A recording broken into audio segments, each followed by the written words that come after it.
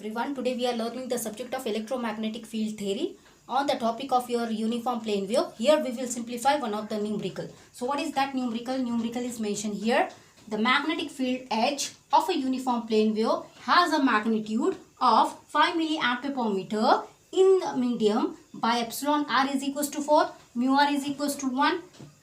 Full stop. Determine A part P average, that is nothing but average power flow, and the B part is nothing but maximum energy density in a uniform plane wave. So here two cases we need to calculate. One is nothing but the P average, second is nothing but the what we can say energy density. Okay, so in the first case, that is nothing but P average. How we can calculate the P average and how we can calculate the energy density, that we will see here.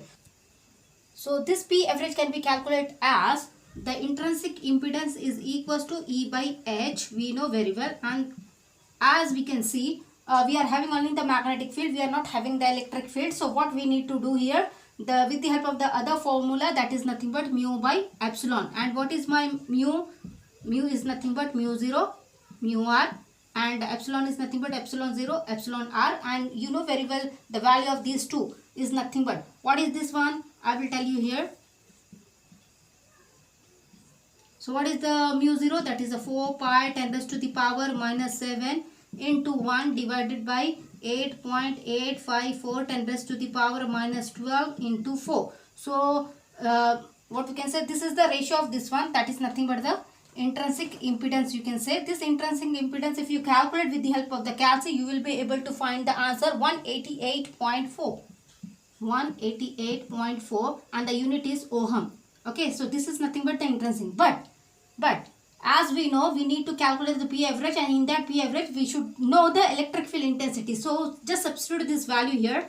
So with the help of this formula, you can calculate the E. E is equal to, if I am interested to find the E, so E will be equals to intrinsic impedance into H. So E 188.4 into of a 5 milli.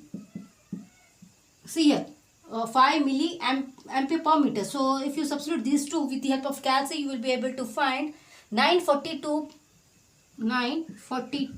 millivolt per meter is the electric field intensity. Is that clear? So now just come to the point, that is nothing but my P average. So P average will be equals to E square divided by 2 into eta. This is also one of the formula, like this one. This is also one formula, this is also second. So now substitute the value of, what is my E? E is nothing but 942 into 10 raised to the power minus 3 of whole square divided by 2 into, what is my 188.4. Substitute this one, you will be able to find the P average as 2353.7.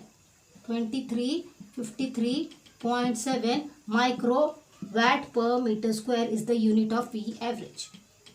So in this way we have solved the section A. Now come towards the section B. So section B is, we can calculate as, we know very well the energy density. Energy density in the uniform plane wave can be calculated as, so WE is equals to 1 by 2 into E square. 1 by 2 into E square. So 1 by 2 you can write here.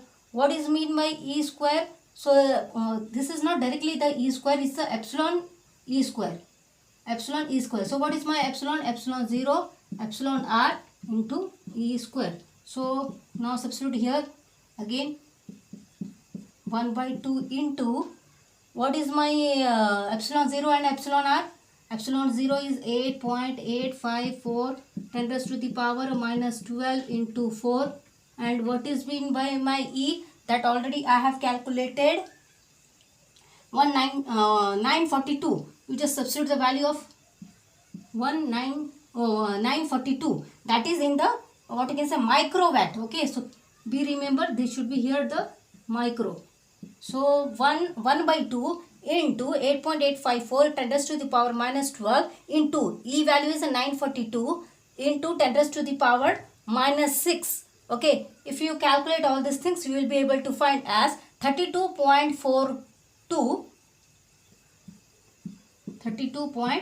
0.42, that is picojoules per meter square. Picojoules per meter squares, that is nothing but energy density. Pico 10 to the power minus 12 and joules per meter square is nothing but the unit. So in this way we have calculated two value, that is the average power and second is nothing but the energy density.